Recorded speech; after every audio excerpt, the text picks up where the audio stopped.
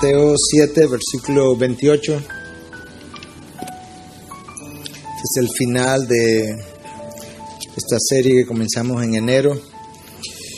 2 versículos, 28 y 29. Cuando Jesús terminó estas palabras, las multitudes se admiraban de su enseñanza, porque les enseñaba como uno que tiene autoridad y no como sus escribas. Padre, aquel día, la persona que predicaba este sermón era y es una persona con autoridad. Hoy en día, nosotros los predicadores dependemos de la autoridad de tu palabra. Nos colocamos debajo de ella y te decimos, Dios, que bajo la autoridad de tu señorío queremos terminar esta serie de una manera, Dios, que no nos deje aún hoy en el lugar donde estábamos cuando comenzamos esta mañana. Yo te pido que ilumines la mente del predicador, que le guarde y le guíes, y de esa misma manera que prepare los corazones que han de responder a lo que sus oídos escuchan y su mente procesa, pero que lo hagan a través de tu Espíritu, Dios. Para tu honra y tu gloria en Cristo Jesús. Amén. Amén. Bueno, para los que estaban aquí el domingo anterior, recordarán que dijimos que el Señor Jesús había en esencia terminado de predicar con las últimas palabras que leímos y que estas de hoy representaban solamente un comentario a lo que Él había predicado, la reacción de la gente a lo que habían escuchado. Y ciertamente estas palabras recogen cómo la gente respondió a enseñanzas que para ellos eran nuevas en gran manera y sobre todo la forma en que estas enseñanzas fueron entregadas. Aquí hay suficiente material, sustancia para maravillar al más simple de los hombres y al más erudito de los nuestros. Esta enseñanza representa una combinación de verdades profundas, salpicadas o permeadas por gracia sublime. Tú encuentras aquí verdades eternas para un reino eterno. Tú tienes verdades que representan para nosotros como el espejo del reino de los cielos. Un espejo donde cada uno de nosotros, si se ve cada día, se va a ver como que se acaba de levantar, espiritualmente hablando. No lucimos muy bien ante este espejo. Estas son las palabras que ellos escucharon de labios de la única persona que ha pisado esta tierra, que tiene la autoridad para hablar de esta forma. Lo que yo quiero hacer en el día de hoy es dos cosas. Por un lado, revisar la reacción de estas multitudes y por otro lado, revisar hacia el final la reacción de esta multitud que está aquí delante de mí, literalmente hablando. Cuando tú lees este texto es bien corto, pero hay dos cosas también que a mí me llaman la atención. Con frecuencia yo tengo ese número 2 en mi cabeza, como que muchas veces veo una cosa y su contrapartida, y exactamente en este texto yo estoy viendo dos cosas a la vez. Una que es obvia, que está ahí, y la otra que no se ve, pero se ve. La que es obvia es la reacción de la gente, cómo se maravillaron. Pero a mí me llama igualmente la atención lo que no pasó, lo que no está dicho, lo que no se dice de su reacción. Es obvio que los evangelios no recogen cada palabra, cada acción, cada cosa que ocurrió, pero yo creo, como veremos más adelante, si esto otro hubiese ocurrido, yo creo que hubiese sido registrado. Pero aquí solamente se nos dice que ellas se maravillaron. Y muchas veces tan importante lo que tú dices como lo que tú no dices. lo que dices como lo que tú estás callando.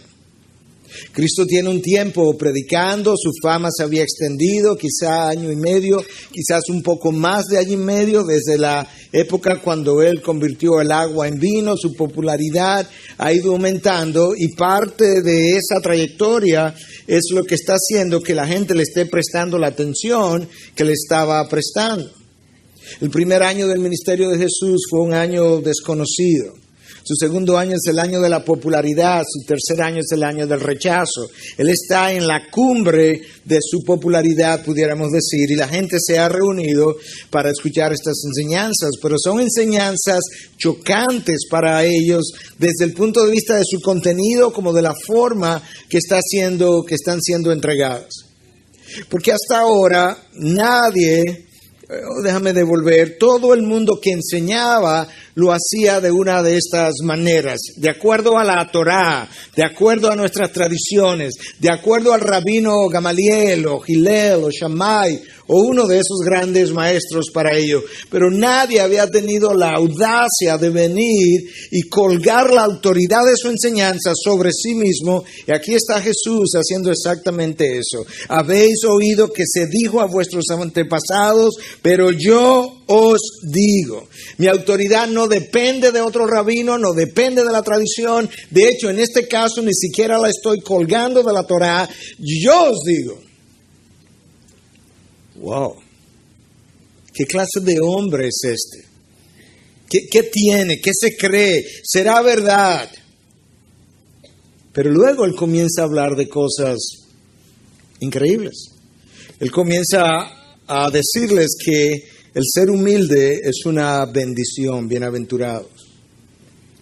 En un mundo, en un tiempo en que la humildad no era considerada un valor.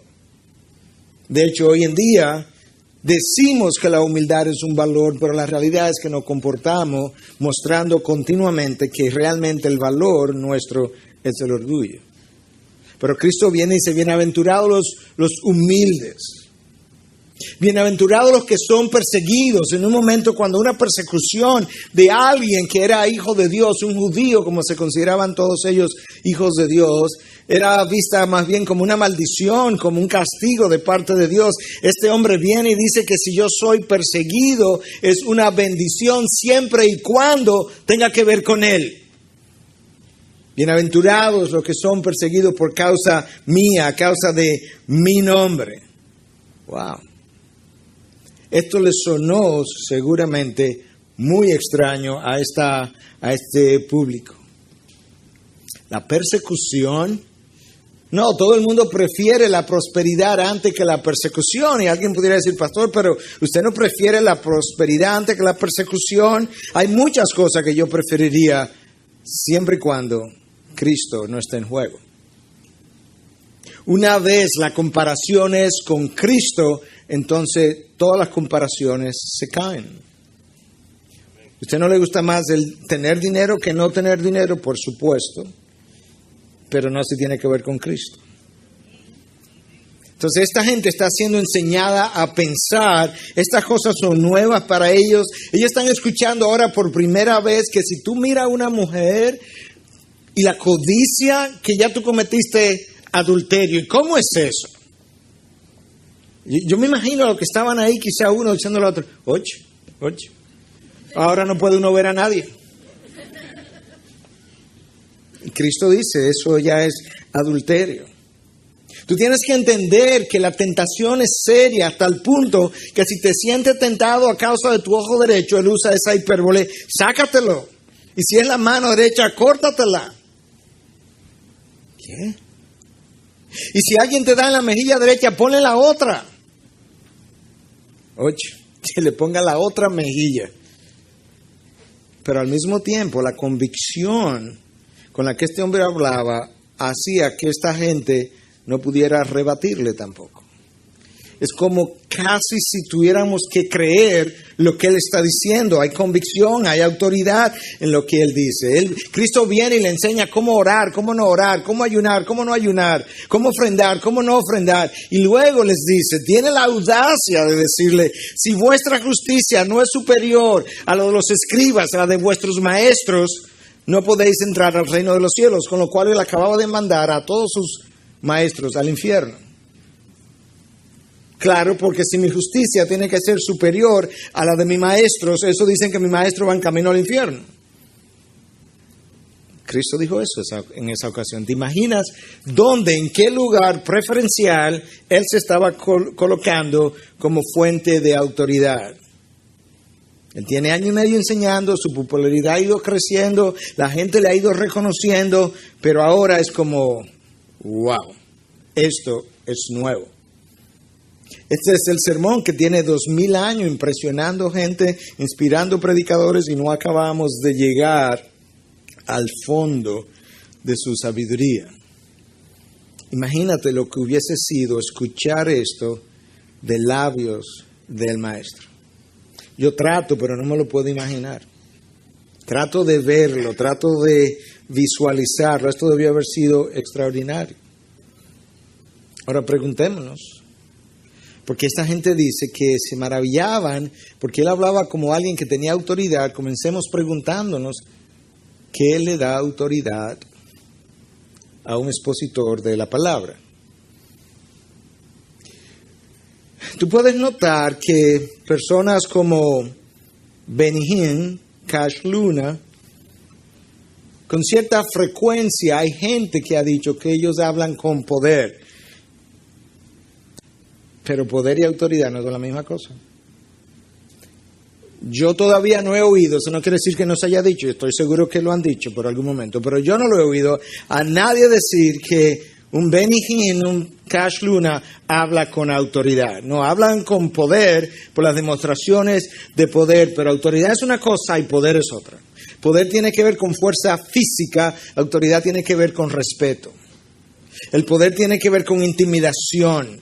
Y muchos de estos falsos maestros, sus seguidores están más intimidados por ellos y les siguen más por temor que por respeto. Esa es la realidad. Pero en el caso de Jesús no se dijo que él hablaba con poder, aunque tenía todo el poder del universo. Hablaba con autoridad. Cristo nunca ejerció la fuerza física. La fuerza estaba en sus palabras. Desde la creación, Él es el agente creador y Él habló y los universos se formaron. De manera que ahí era donde estaba su fuerza.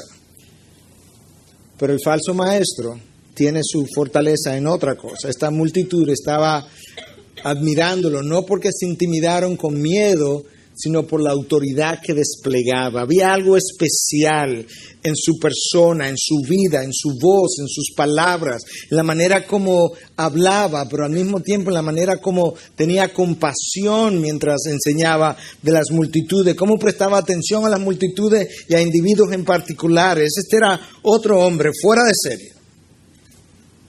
Y volvemos a la pregunta, ¿qué le da autoridad al expositor de la palabra?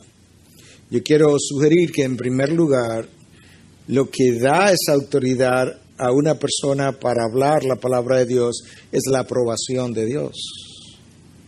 Cuando Cristo sale del Jordán, habiendo oído a su Padre decir, este es mi Hijo amado, en quien yo tengo complacencia, Cristo sale de ahí, ungido por el poder del Espíritu Santo, precisamente para predicar las buenas nuevas y predicar la libertad a los cautivos del pecado, y cada palabra que salió de sus labios iba respaldada por el poder de Dios que le había dado la aprobación, comenzando entonces su ministerio en el Jordán para que todo el mundo supiera dónde radicaba su autoridad.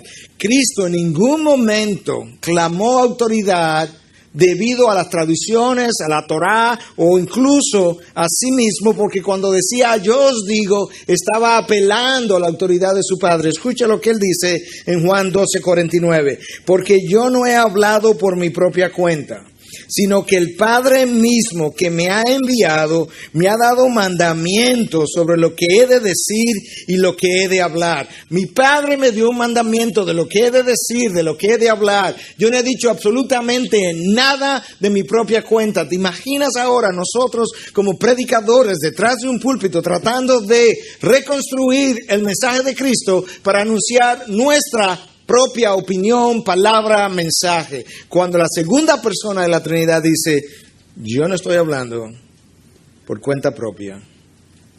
Yo he venido enviado por otro y solamente hablo lo que ese otro me ha dicho que yo deba decir. No hay ningún otro lugar como el púlpito para que el predicador esté consciente de la necesidad inminente, inmensa, monumental que él tiene de depender del Espíritu de Dios para guiarlo a lo largo de su exposición. Es en el púlpito donde tú honras a Dios o deshonras a Dios, donde tú honras su palabra o deshonras la misma palabra, donde tú predicas su revelación o predicas la tuya. Es en el púlpito donde nosotros revelamos lo que realmente creemos de Dios y de su palabra. Y Cristo nos dejó ver claramente eso que yo acabo de decir. Ahora, la aprobación de Dios que yo mencioné requiere de un par de cosas mínimas. Recordemos que lo que le da autoridad al expositor es que Dios le haya aprobado, pero para Dios aprobarlo él requiere de mínimo un par de cosas. En primer lugar, que Dios le haya enviado.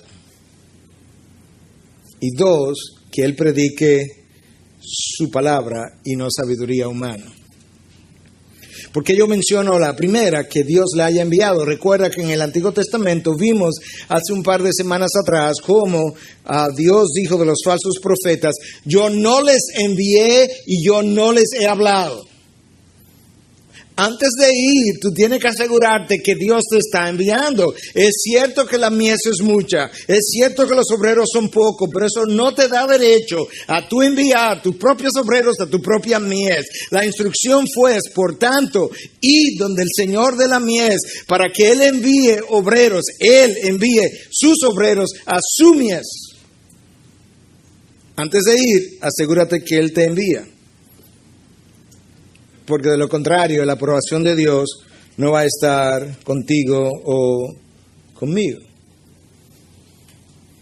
Mi miedo mayor en el momento de tomar la decisión y venir para acá a plantar una iglesia era exactamente ese.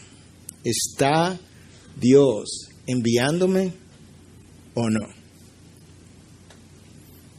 Porque yo no puedo pensar en un error más grave que ese, que ir cuando Él no te ha enviado y hablar cuando Él no te ha hablado. De manera que eso es un requisito. Y el segundo es que tú tienes que predicar su palabra. Escucha a Cristo, ya lo leí, pero lo voy a leer otra vez. El Padre mismo que me ha enviado me ha dado mandamiento sobre lo que he de decir y lo que he de hablar. Mi segundo miedo. Que esta mañana yo estoy diciendo cosas aquí que Dios pudiera estar, para ilustrarlo, en el trono diciendo, no. ¿De dónde sacaste eso?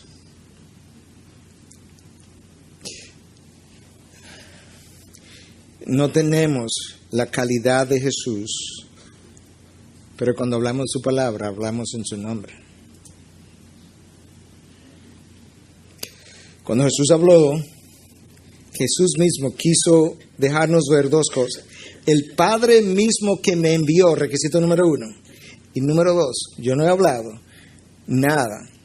El Padre mismo que me ha enviado me ha dado mandamientos sobre lo que he de decir y lo que he de hablar. Wow. Eso le dio autoridad. El Padre le envió y Él habló su palabra. Número 2, la congruencia entre lo que Jesús hablaba y lo que Jesús obraba. No hay nada que desautorice más a un pastor, a un padre de familia, a una madre de familia, a un jefe en una oficina, que decir una cosa y hacer otra. Que enseñar una cosa y caminar de otra manera. La congruencia de las palabras y la vida es lo que es llamado integridad. Jesús habló con integridad. Jesús llamó la atención sobre los escribas y fariseos que estaban enseñando sin integridad. Escucha lo que Cristo dice en Mateo 2:3. Los escribas y los fariseos se han sentado en la cátedra de Moisés, están enseñando, se han tomado la autoridad. Y él le dice, está bien que lo hagan, pero escuchen. De modo que haced y observad todo lo que os digan, pero no hagáis conforme a sus obras, porque ellos dicen y no hacen. Jesús desautorizó cada escriba, cada fariseo sentado en la cátedra de Moisés, simplemente por hablar una cosa y vivir otra. Y de esa misma manera, el Padre nos desautoriza como maestros de la palabra cuando predicamos una cosa y vivimos otra. Como padres de familia, cuando enseñamos una cosa y practicamos otra. Esa es la realidad. Pero ese no era el caso con Cristo. Sus enemigos reconocieron qué clase de hombre era Él. Tú tienes que tener un caminar impecable cuando tus enemigos y tú están de acuerdo. Escucha lo que dijeron sus enemigos, porque resulta que a quien Él desautorizó fueron los escribas y los fariseos. Escuchen en este otro pasaje de Marcos 12, 13 y 14 lo que dicen. Y le enviaron a algunos de los fariseos, de lo que Él desautorizó, le enviaron a algunos de los fariseos y de los herodianos para sorprenderle en alguna palabra.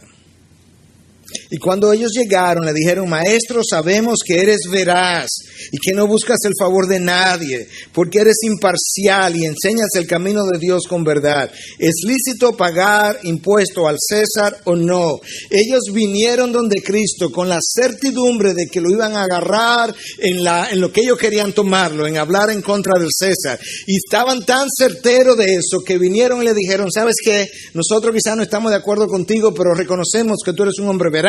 Tú no le tienes miedo a nadie, tú no complaces a nadie, tú simplemente eres un hombre imparcial y tú hablas la verdad de Dios. Wow. Dinos ahora, ¿es lícito pagar impuesto al César? Ellos estaban seguros de que lo tenían, porque este hombre no miente. ¿Tú te imaginas que tus enemigos sean forzados por tu testimonio a estar de acuerdo contigo?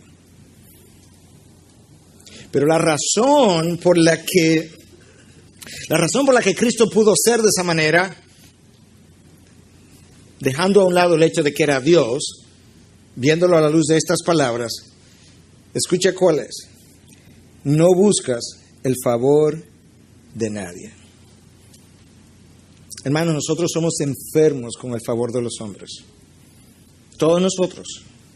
Nos vamos curando poco a poco, pero nosotros somos enfermizos con querer la aprobación del ser humano. Esa es la razón por la que con frecuencia el ser humano miente, queda mal con Dios, sí, pero queda bien con el hombre. Porque mi problema es la aprobación del hombre y se nos olvida que no, nuestro problema es la aprobación de Dios. Y cuando el otro a quien yo le mentí me cree la mentira, ya yo me siento bien, porque me creyó la mentira y ya la aprobación del hombre que yo necesitaba, ya la conseguí. Y la de Dios.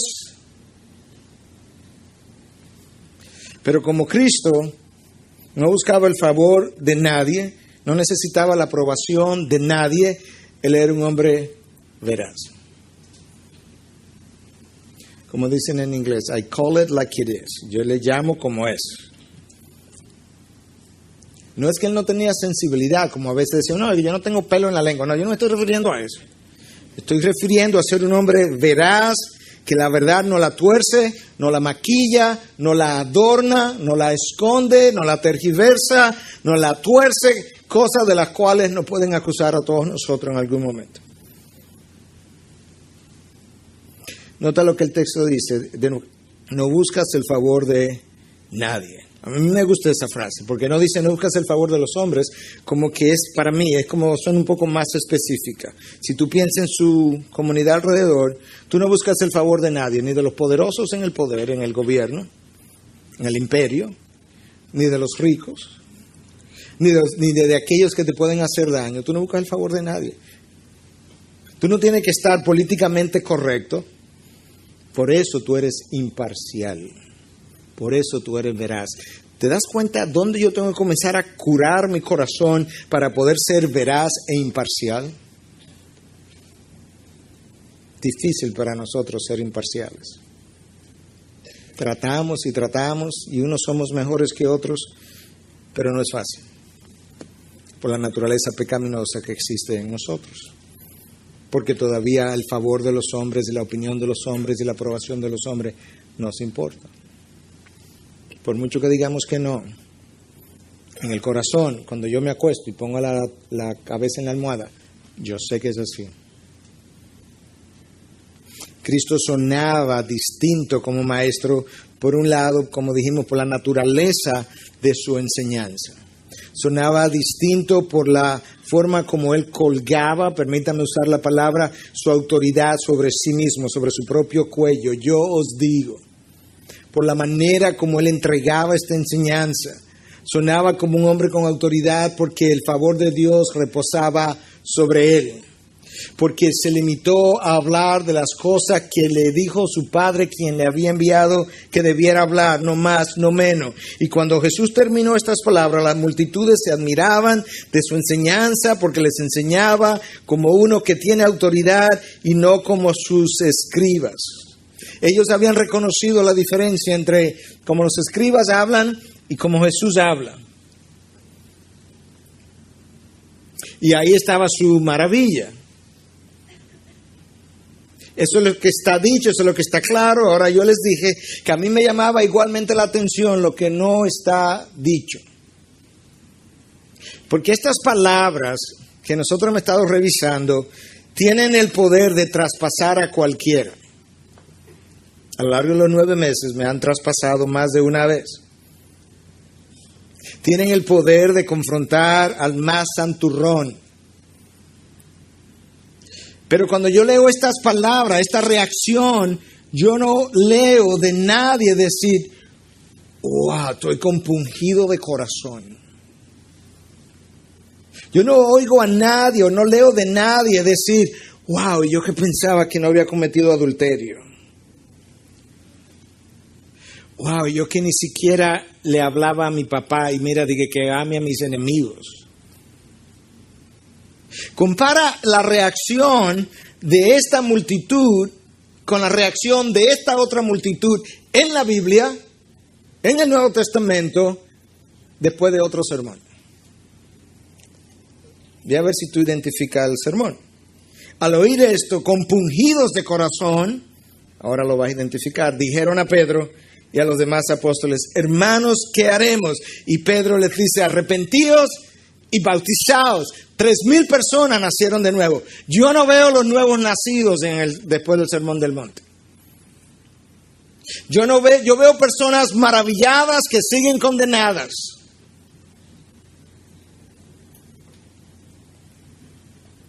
Y eso es frecuente. Maravillarme no es suficiente. Pero yo no oigo aquí, ni veo posteriormente, que estas multitudes maravilladas masivamente se estaban convirtiendo, porque al final de los 3 años de Jesús resulta que él tenía un puñito de individuos. No estas multitudes maravilladas de su enseñanza. ¿Dónde estaban? ¿Para dónde cogieron? ¿Qué se hicieron? Cuando Pedro predicó ese mensaje, también inspirado por Dios, también a través de un instrumento de Dios, 3,000 personas nacieron de nuevo. Hechos 2:37. 3,000 personas. ¿Tú crees que es posible? Bueno, lo es a la luz de la palabra ahora. Oír un mensaje, estar maravillado con la autoridad del predicador e irme a la casa tal cual yo entré, excepto que yo me fui con una opinión buena, hasta extraordinaria si tú quieres, del predicador. Wow, predicó con poder. Y si el poder de la predicación no tuvo ningún efecto en mí. Escucha, cuando tú lees los evangelios, Escucha lo que estaba ocurriendo cuando Jesús estaba predicando. Mateo 9:33, las multitudes se maravillaban. Mateo 13:54, se maravillaban de las enseñanzas en las sinagogas, de sus enseñanzas en las sinagogas. Marcos 12:17, se maravillaban. Lucas 4:22, se maravillaban de las palabras llenas de gracia. Lucas 7:44, todos se maravillaban. Juan 7:15, los judíos se maravillaban. ¿Dónde estaban las multitudes maravilladas al final de los 3 años de ministerio de Jesús? ¿Dónde estaban? ¿Dónde estaban sus frutos? ¿Dónde estaban sus conversos? No estaban. De hecho, cuando tú llegas a Juan 6:6, dice, muchos de sus discípulos ya no caminaban, ya no volvían a caminar con él, y es ahí donde Cristo se voltea y le dice, ustedes se quieren ir también, dando la impresión como que quedaban 12 nada más. O suponte que quedaran algunos más, pero parece que no muchos. ¿Te das cuenta? Pero estaban maravillados. ¿Dónde estaba la gente maravillada al final de sus 3 años y medio? Es cierto que en medio de ellos estaba alguien que debió haberlo maravillado. Porque aquí no estaba cualquier profeta. Aquí no estaba cualquier predicador, aquí era la segunda persona de la Trinidad. El Logos se había encarnado, se había hecho carne, habitaba entre nosotros. El que es 3 veces santo estaba hablando y predicando, es verdad. Pero así de impresionante debió haber sido el contenido de su mensaje. No hay una reacción al contenido, simplemente a la autoridad. Esa misma las multitudes despliegan cuando un falso maestro hace en televisión demostración de poder que no es de Dios. Maravillados. No es la maravilla de la prédica la que me convierte, es la aceptación de la predicación que eventualmente va a ejercer su efecto sobre mí. Esta no era una audiencia sensible. Yo creo que en parte la audiencia no era sensible, en parte porque no entendió. Yo creo que le pasó. Pero posiblemente haya más que simple falta de entendimiento. Y yo creo que una de las razones es que frecuentemente nosotros determinamos antes de escuchar lo que yo voy a creer. Y cuando algo está entrando, aunque me esté gustando el sermón, de esa misma manera hay un mecanismo natural que saca de mí lo que yo no creo. No, eso no, ahí se pasó él. Y brinco. Oye, no, eso no es así. No, eso tengo yo que preguntarle a fulano. Voy a buscar en la página web ahora de fulano, a ver si esto es verdad. Nuestro amigo Otto me recuerda con cierta frecuencia cuando nos juntamos. Me dice, acuérdate, cuando uno predica, siempre hay un mensaje paralelo que se va predicando en la mente del que escucha. ¿Qué es ese? No, eso no es. Esto sí está bueno para fulano. Hay otro mensaje que se está elaborando continuamente. ¿Sí o no? Es así. La multitud escuchó, pero ¿sabes qué? Ellos habían determinado de antemano lo que iban a hacer. La misma gente maravillada fue y lo clavó en la cruz. Esto suena poderoso, pero no lo creo. Entonces yo creo que en parte ellos no entendieron. Yo lo puedo creer así, porque la realidad es que aún después de 2000 años de historia y de tener toda la revelación de Dios, mucha gente no entiende el Sermón del Monte. O sea, yo creo que mucha gente no lo entendió. En parte yo creo que sus corazones estaban duros. Pastor Pepe y yo hemos hablado en ocasiones que hemos estado predicando que uno dice, wow, como ese terreno como que estaba duro, como que tú tiras la semilla, suponte que sea este el terreno, y la semilla rebota, no se queda, no está trillado, no está preparado, no ha sido airado, no ha sido cultivado, no ha sido abonado. Y yo creo que en parte esta gente también estaba así. Pero otras veces estamos endurecidos porque tenemos experiencias del pasado, heridas, resentimiento que no hemos sanado. A veces es resentimiento contra predicadores del pasado que me han herido Y quizás las heridas son válidas, yo no voy a decir que no. Pero la permanencia de las heridas no justifica mi dureza. Yo necesito salir de esa dureza porque me es pecado. Y me impide que la palabra pueda anidarse y hacer todo el efecto que está supuesto a hacer. Cristo mismo nos enseñó cómo una misma palabra cae en diferentes tipos de terrenos y cómo entonces diferentes cosas de la vida cotidiana ahogan la palabra que cayó. En la parábola del sembrador que todos conocen, Cristo nos habla de que hubo un grupo que la recibió con gozo, cierto fervor, cierta alegría, quizás reconoció, wow, esto la verdad que está bien dicho, está bien predicado. Pero Cristo luego nos dice que cuando vino la aflicción y la persecución, abandonaron las filas. Por tanto, debemos entender que con cierta frecuencia Dios permite la aflicción y la persecución como una especie de sedazo en la vida de su pueblo, porque hay una parte que se va a colar y va a quedar fuera, y la aflicción o la persecución, en el caso del primer siglo y de algunos países hoy, pone de manifiesto quién es quién. Pero otras veces dice Cristo que las preocupaciones del mundo ahogaban la semilla predicada. En otras palabras, vengo a la iglesia, recibo el mensaje, me entusiasmo, mañana lunes tengo que comenzar a vender, a comprar, a alquilar, a diferentes cosas. Tengo que hacer tareas, negocios, conversaciones, reuniones. Las preocupaciones del mundo ahogan la palabra. Y ahora entonces, sí, yo una vez fui cristiano, dicen algunos, pero es que me enredé en muchas cosas y yo no tengo tiempo, las preocupaciones del mundo. Y otras veces dice el Señor, el engaño de las riquezas. Algunos codiciaron la riqueza y se traspasaron con muchos dolores. Usted ha oído precisamente el texto de Pablo a Timoteo cuando le habla de que muchos se traspasaron codiciando el dinero, se traspasaron con muchos dolores. Ahí está, eso es lo que está ocurriendo. Ahora, esa es la realidad del corazón humano. Eso nos deja ver por qué es tan necesario entender que la conversión es un asunto sobrenatural que Dios tiene que hacer. Porque de lo contrario no va a ocurrir. Ahora, cuando tú oyes a Cristo predicar, recuérdate que yo les dije que me llamaba la atención lo que se dice de la reacción, lo que no se dice, y que yo quería analizar la reacción de esa multitud y la reacción de esta multitud. Que es lo que yo quiero emplear unos minutos haciendo ahora. Pero antes de manera de introducción, recuerda que Cristo siempre predicó para que hubiera un veredicto. Se dice que todo buen sermón debe ser predicado para un veredicto final.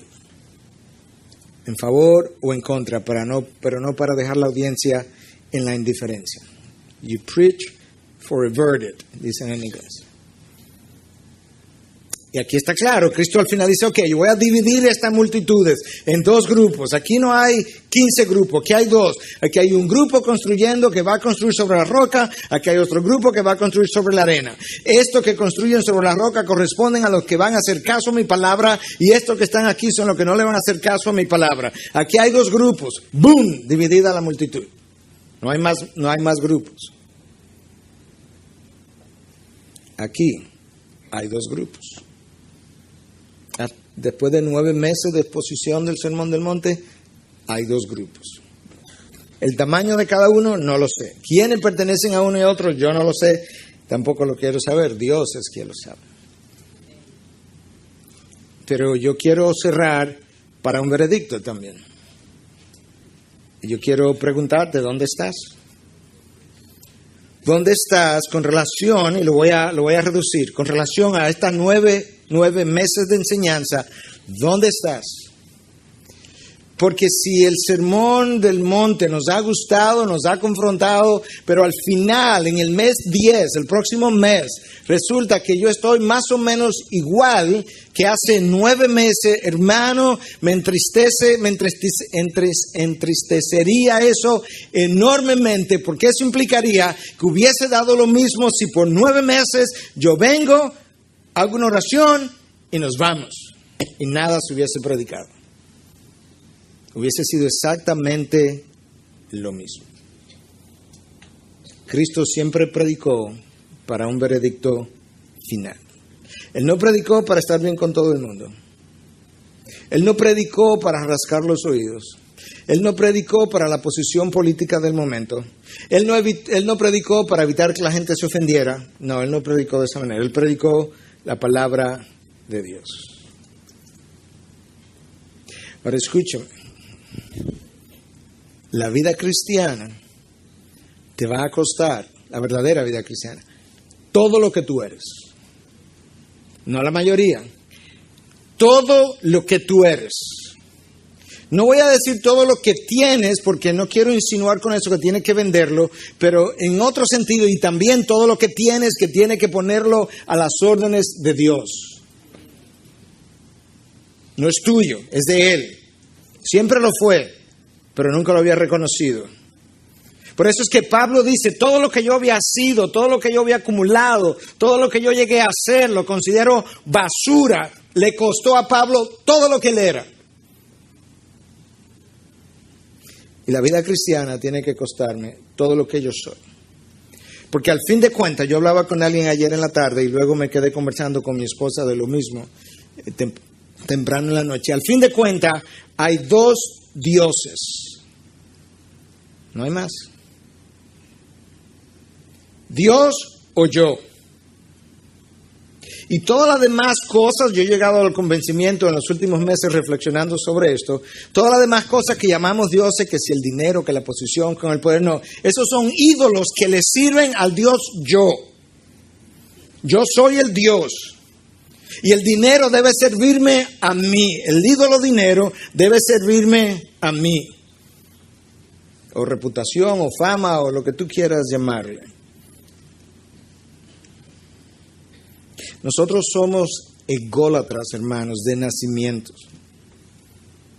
Nosotros todo lo medimos en términos de mis opiniones, mis preferencias, mis gustos, si me afecta, si no me afecta, si me afecta mis intereses, si afecta mi posición, si afecta mi salario, si afecta mi casa. Lo que yo creo, lo que yo no creo, yo en el centro.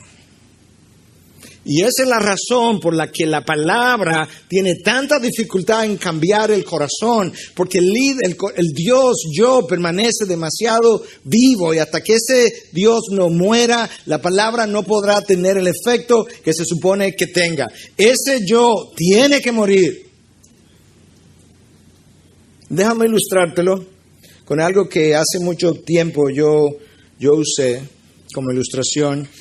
Y desde ese tiempo mucha gente más se ha agregado a la iglesia. Algunos quizás conocen la ilustración. No es una historia real, pero es una buena ilustración para el que no la conozca. Pero ha circulado también en internet en diferentes momentos. Es una ilustración perfecta de qué es lo que está pasando con nosotros. En nuestro egocentrismo. Esta persona muere y le dan el permiso de visitar el infierno y el cielo.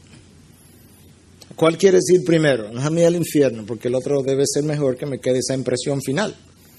Llega al infierno y él ve que todo el mundo está hambriento, muriéndose, muy delgado, pero hay comida y hay tablespoon, como se cucharas. Pero él se da cuenta que las cucharas son larguísimas. Entonces él entiende por qué es que se están muriendo. Nadie puede comer con esta cuchara tan largas. Tienen 2 o 3 metros de largo. Dice, bueno, déjame ir al cielo ahora, porque tiene que ser distinto. Cuando llega al cielo, él ve a todo el mundo nutrido y rosadito. Y él ve que hay comida, pero las cucharas son igualmente largas, la misma dimensión. Pero no era hora de comida, entonces él se quedó a observar para la próxima hora de comida. Llegó la hora del almuerzo y él descubre la diferencia. Es que en el cielo cada cual cogía la cuchara y alimentaba al otro.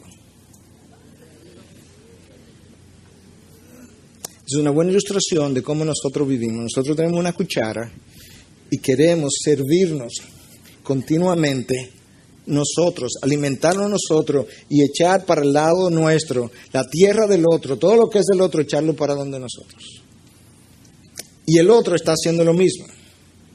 Y cuando el otro no me está atendiendo, porque esto es como ocurre, yo me atiendo a mí mismo y quiero que el otro me atienda a mí también. ¿Y quién va a atender al otro? Eso es su problema, que me atienda a mí. Entonces cuando yo veo al otro que está haciendo lo mismo que yo estoy haciendo, yo lo critico y lo condeno y lo juzgo, pero yo no me estoy dando cuenta que yo estoy haciendo exactamente lo mismo que él. Bueno, ¿por qué toda esa ilustración? Porque este sermón va a tener su mayor o menor efecto dependiendo de dónde yo esté con relación a mi cosmovisión egocéntrica de la vida. Recuerda que en el mensaje de Por su causa, con el que yo inicié, yo decía que a nosotros no nos gusta, nosotros queremos tener las luces siempre sobre nosotros. Y cuando no están sobre nosotros, no la queremos sobre nadie más. No sé si se acuerdan de esa ilustración.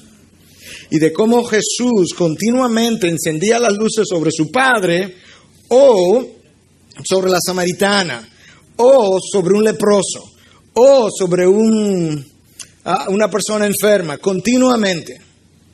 Y eso es exactamente lo que Cristo dijo que constituyen los dos mandamientos más grandes. Amarás al Señor tu Dios con todo tu corazón, con toda tu alma y toda tu fuerza, o al prójimo como a ti mismo. Apaga tus faroles sobre ti mismo. Vuelve a aprenderlos sobre Dios con todo tu corazón, toda tu alma, y luego que termine de hacerlo así, sobre el otro, porque el segundo es semejante al primero, dice Cristo en su enseñanza. De esa manera, el Sermón del Monte podrá tener un efecto monumental en nuestras vidas. Porque de lo contrario, esto es lo que va a ocurrir. Cuando yo recibo enseñanzas que me confrontan de esta manera, hay 3 o 4 reacciones posibles. Yo simplemente las rechazo de plano y usualmente esa es la primera reacción. La segunda es, yo la admiro, pero no la adquiero. Yo admiro la enseñanza, pero yo no adquiero la enseñanza. La tercera reacción es que yo me maravillo de ella, pero no dejo que me cambie. Mira, fulano, ahí va este sermón que tú tienes que escucharlo. Es increíble, me confrontó y al año, pero no me cambió.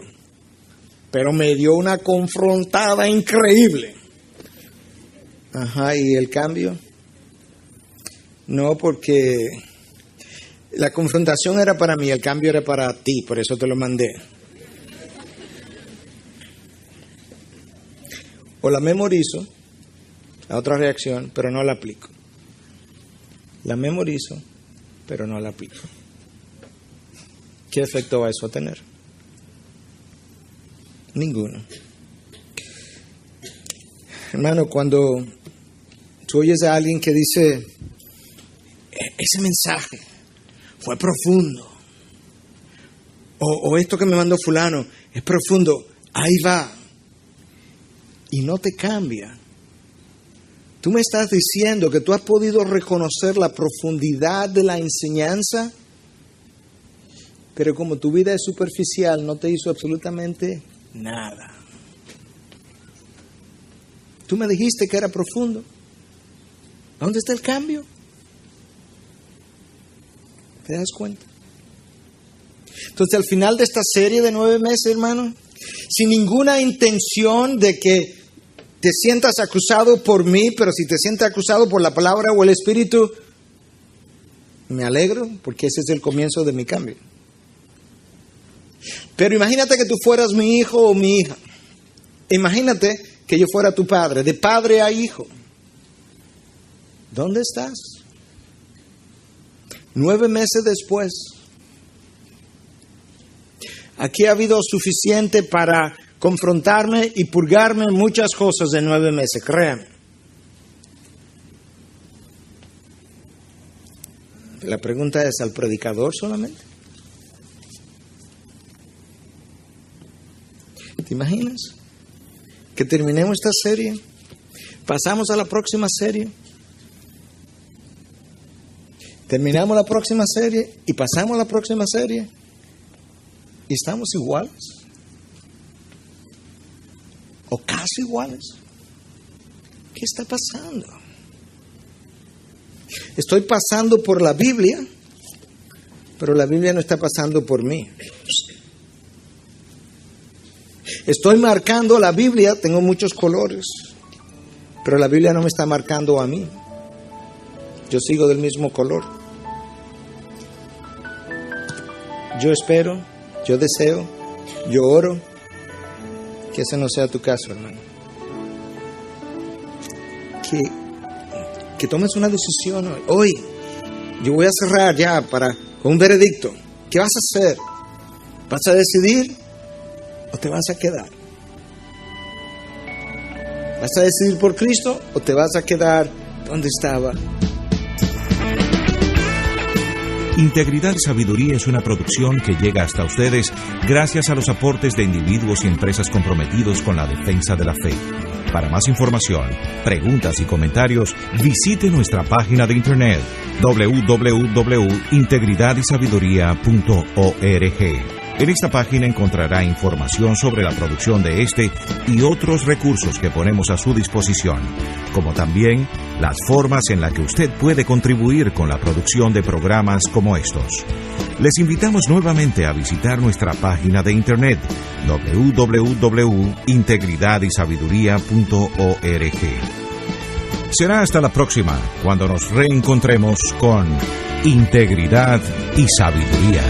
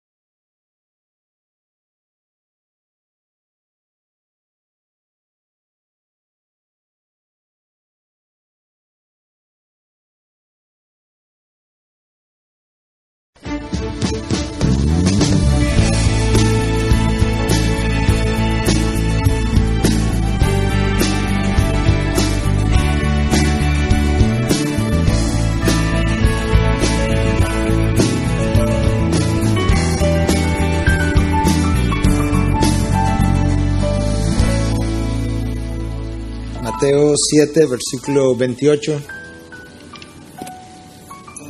es el final de esta serie que comenzamos en enero.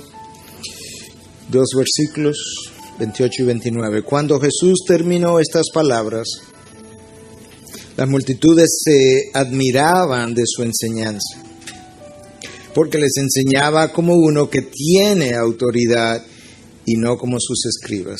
Padre, aquel día, la persona que predicaba este sermón era y es una persona con autoridad. Hoy en día, nosotros los predicadores dependemos de la autoridad de tu palabra. Nos colocamos. ¿Cómo la gente respondió a enseñanzas que para ellos eran nuevas en gran manera, y sobre todo la forma en que estas enseñanzas fueron entregadas? Aquí hay suficiente material, sustancia para maravillar al más simple de los hombres y al más erudito de los nuestros. Esta enseñanza representa una combinación de verdades profundas, salpicadas o permeadas por gracia sublime.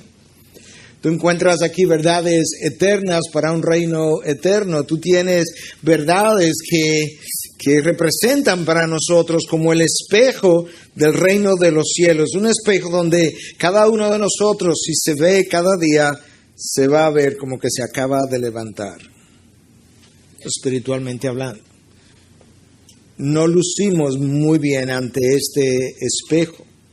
Estas son las palabras que ellos escucharon de labios de la única persona que ha pisado esta tierra, que tiene la autoridad para hablar de esta forma.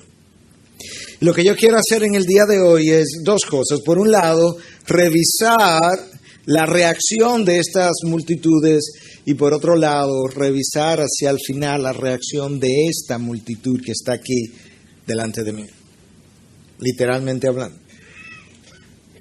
Cuando tú lees este texto es bien corto, pero hay dos cosas también que a mí me llaman la atención. Con frecuencia yo tengo ese número 2 en mi cabeza, como que muchas veces veo una cosa y su contrapartida. Y exactamente en este texto yo estoy viendo dos cosas a la vez. Una que es obvia, que está ahí, y la otra que no se ve, pero se ve. La que es obvia es la reacción de la gente, cómo se maravillaron. Pero a mí me llama igualmente la atención lo que no pasó, lo que no está dicho, lo que no se dice de su reacción. Es obvio que los evangelios no recogen cada palabra, cada acción, cada cosa que ocurrió, pero yo creo, como veremos más adelante, si esto otro hubiese ocurrido, yo creo que hubiese sido registrado. Pero aquí solamente se nos dice que ellas se maravillaron. Y muchas veces tan importante lo que tú dices como lo que tú no dices. Lo que dices como lo que tú estás callando. Cristo, debajo de ella y te decimos, Dios, que bajo la autoridad de tu señorío, queremos terminar esta serie de una manera, Dios, que no nos deje aún hoy en el lugar donde estábamos cuando comenzamos esta mañana. Yo te pido que ilumines la mente del predicador, que le guarde y le guíes. Y de esa misma manera que prepare los corazones que han de responder a lo que sus oídos escuchan y su mente procesa, pero que lo hagan a través de tu Espíritu, Dios. Para tu honra y tu gloria en Cristo Jesús. Amén. Amén. Bueno, para los que estaban aquí el domingo anterior, recordarán que dijimos que el Señor Jesús había en esencia terminado de predicar con las últimas palabras que leímos y que estas de hoy representaban solamente un comentario a lo que Él había predicado, la reacción de la gente a lo que habían escuchado. Y ciertamente estas palabras recogen. Eso tiene un tiempo predicando, su fama se había extendido, quizá año y medio, quizás un poco más de año y medio, desde la época cuando él convirtió el agua en vino, su popularidad ha ido aumentando y parte de esa trayectoria es lo que está haciendo que la gente le esté prestando la atención que le estaba prestando. El primer año del ministerio de Jesús fue un año desconocido. Su segundo año es el año de la popularidad, su tercer año es el año del rechazo. Él está en la cumbre de su popularidad, pudiéramos decir, y la gente se ha reunido para escuchar estas enseñanzas, pero son enseñanzas chocantes para ellos desde el punto de vista de su contenido como de la forma que están siendo entregadas. Porque hasta ahora todo el mundo que enseñaba lo hacía de una de estas maneras, de acuerdo a la Torá, de acuerdo a nuestras tradiciones, de acuerdo al rabino Gamaliel o Hillel o Shammai o uno de esos grandes maestros para ello. Pero nadie había tenido la audacia de venir y colgar la autoridad de su enseñanza sobre sí mismo